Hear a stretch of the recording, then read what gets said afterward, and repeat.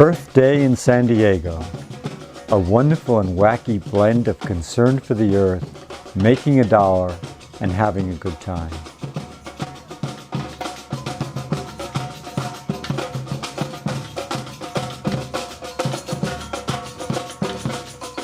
It is a good symbol, too, of American ingenuity and generosity.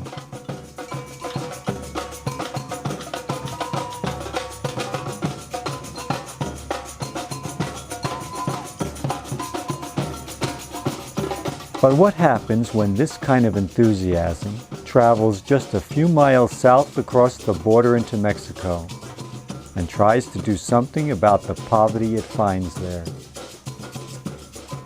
To find out, we talk with Skip Fralick, a solar engineer and longtime worker for Habitat for Humanity. I'm Skip Fralick, and we're at Tecate, Mexico, on the border of the U.S. and Baja, Mexico. And this is a site where we've got 40 Habitat for Humanity families. The project started about 4 years ago in partnership with the Mexican government and Habitat for Humanity. This all started with a gesture from a Canadian person who had some lumber he wanted to donate for homes, and arranged to have it shipped here to build these 40 homes. Habitat for Humanity and the Mexican branch of the government called Inmobiliaria planned this project together, and it was intended to be roughly a 50-50 partnership financially. Inmobiliaria would provide the land, site preparation, and the utilities, electricity, water, and sewer. And the Habitat would provide the volunteers and the materials for the home building, along with the families themselves.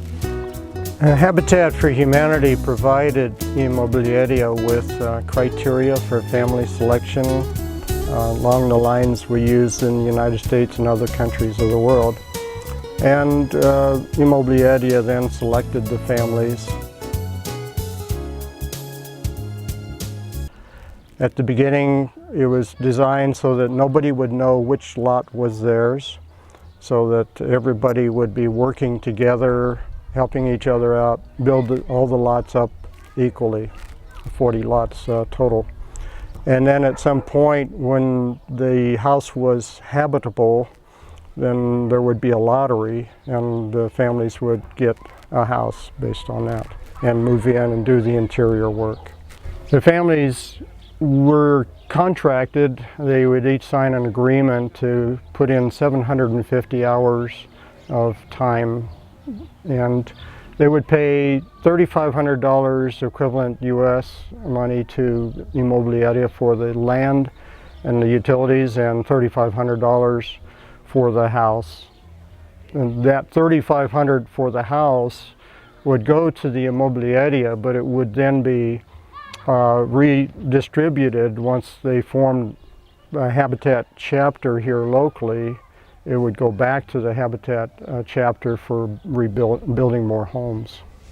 The families are paying roughly about $100 a month to pay off their debt at zero interest and zero profit over roughly a 5-year period. The fundamental goal was reached. 40 families now live in their own homes, which is something that might have been difficult or impossible to achieve without this partnership between Habitat and the Mexican government. We talked to some of these families about how their lives had changed. Yo vivía antes de vivir aquí en esta colonia, en la colonia militar.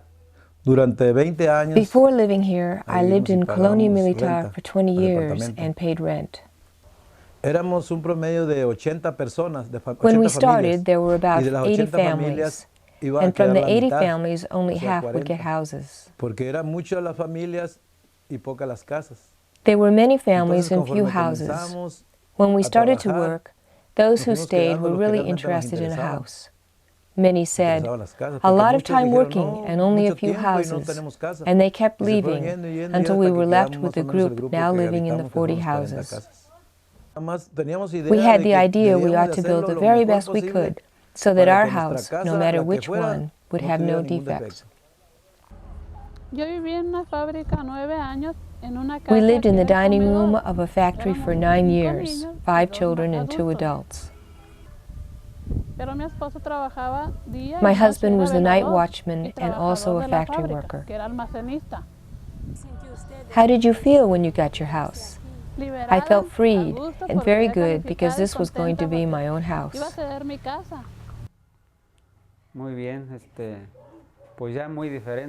I felt very good, and it is very different from when I was paying rent. There were a lot of problems. It is very pleasant and quiet here.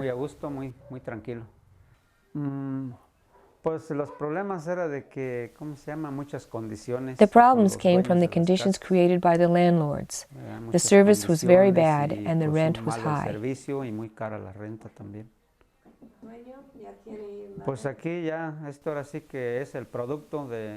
This house is the result of our labor. To have our own place is worth the sacrifice we made.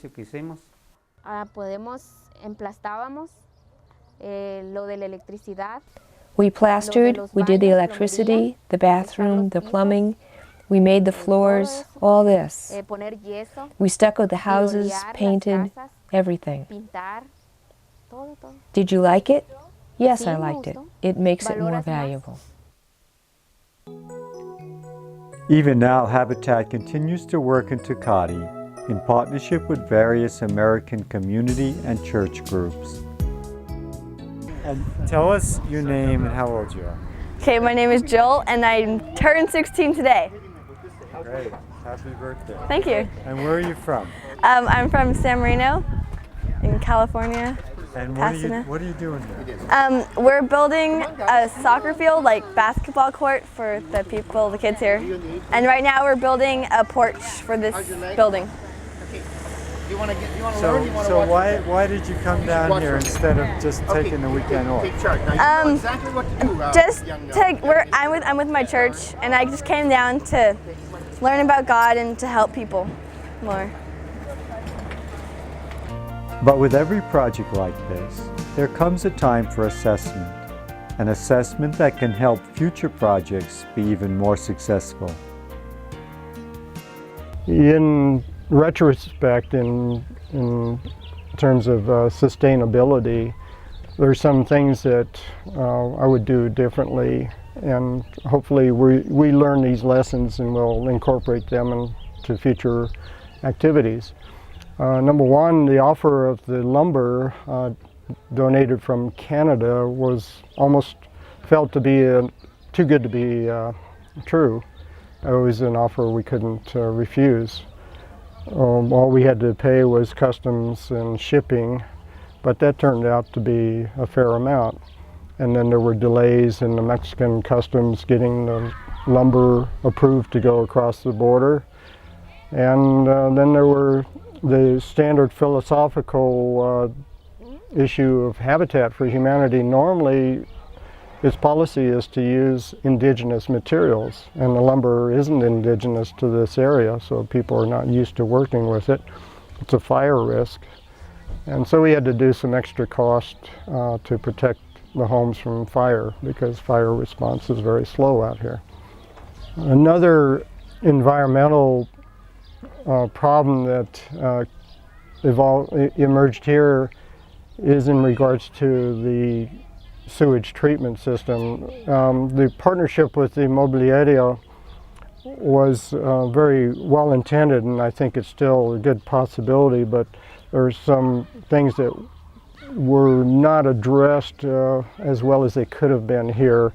For one, the site selection, I don't know if there was adequate engineering. Obviously there wasn't as far as the water table here. During construction, it was apparent that we're sitting on a high water table, the water table coming to within a foot of the surface during the high water seasons. The Immobiliaria's plans to put in individual septic tanks that would drain and percolate would not be adequate. They wouldn't drain during that high water season.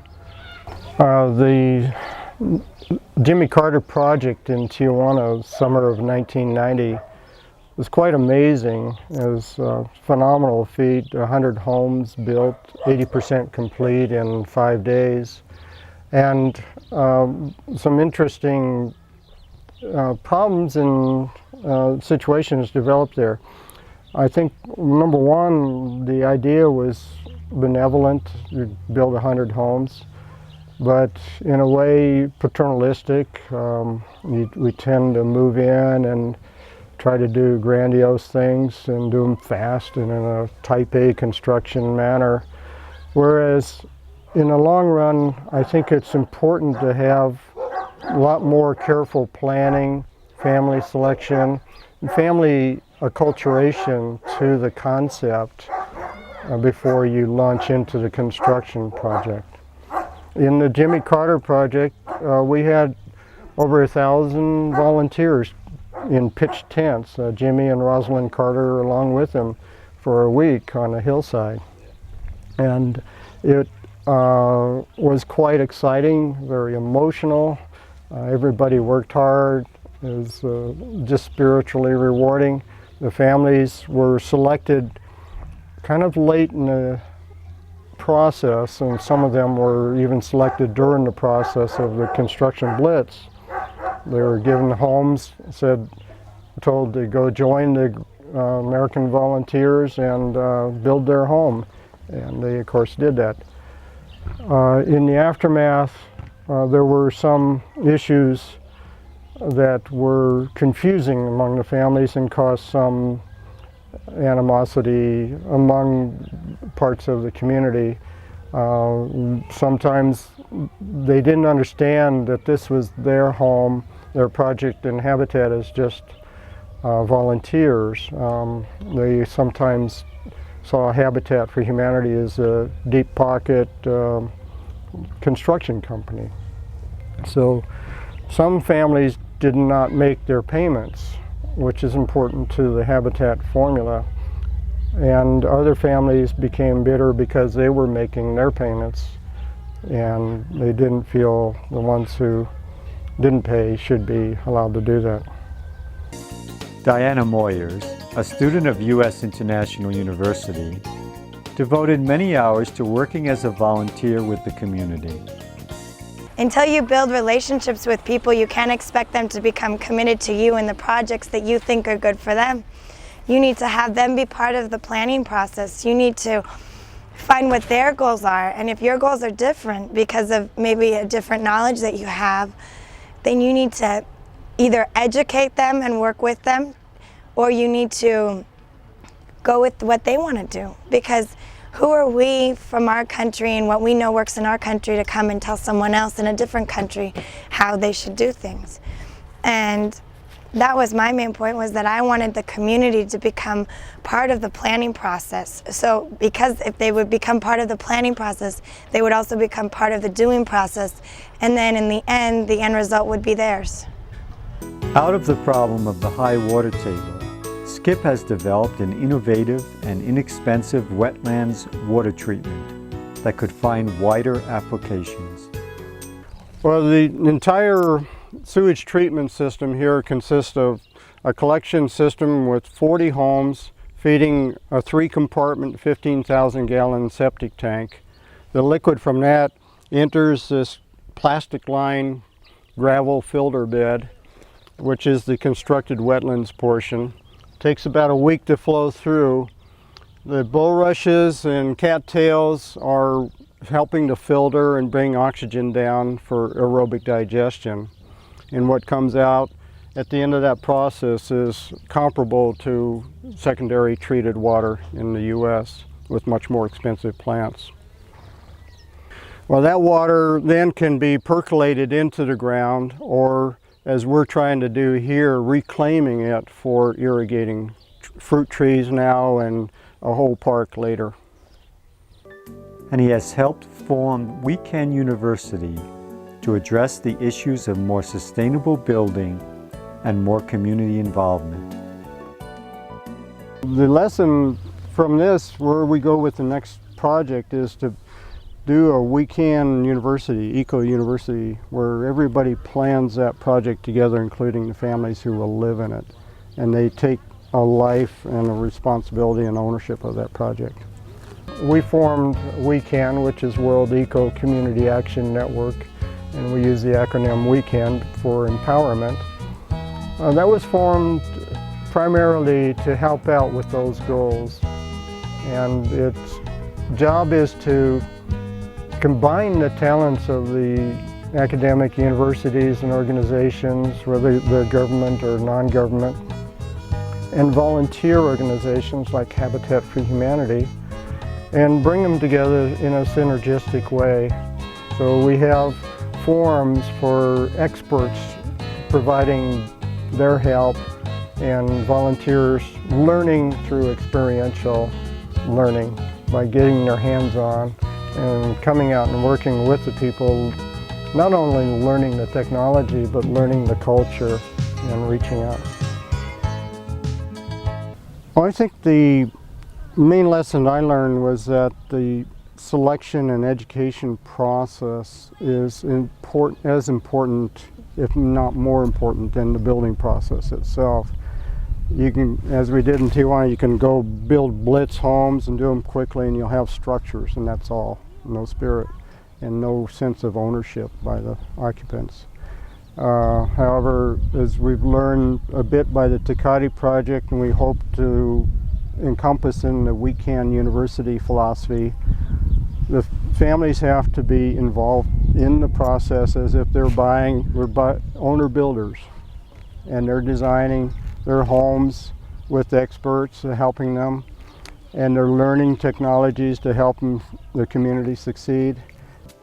A more ecologically sane and sustainable way of living is not just for the less developed nations of the world, but for all of us. Back at Earth Day, Skip summed up the direction we need to go in. Americans tend to be paternalistic and think that we have all the solutions for the rest of the world. I believe we can learn a lot from these people in the other worlds, our neighbors, if we learn to respect them and know them one-on-one. I think housing techniques, gardening techniques, their culture, the way they work together in community, those are things that we can learn. So in a way, Tecate is a staging base, a learning place for us as well. The people that go down there come back with an appreciation for recycling, for preserving resources that are precious down there. And hopefully that lesson will be expanded and multiplied in the United States. We definitely need to downsize and live more simply and more closely to Earth. We have some advantages that we should share. We have technology. We have photovoltaics, for example, solar electricity that we can share. And we're learning about straw bale building, although that's an ancient technology. We have a pretty strong movement in the western U.S. to develop that, and it looks wonderful for Mexico and other countries as well. Many people around the world view America as streets paved with gold, and they're striving to mimic us, and I think that's a mistake. We need to tell them that we've made mistakes, and we're turning around to learn from them how to live more simply, and basically we need to not encourage mimicking our style of life. Well, I have two major goals with WeCan. One is to help other people in third world areas and in our areas that need help with housing and community development. But the other, and maybe more subtle, is to affect our own lifestyles. As these students, as the people who participate in this program, participate in an experiential way, they learn that we don't need so much. They learn that they can empower themselves to do things for themselves and to live perhaps a more simple lifestyle that is more beautiful.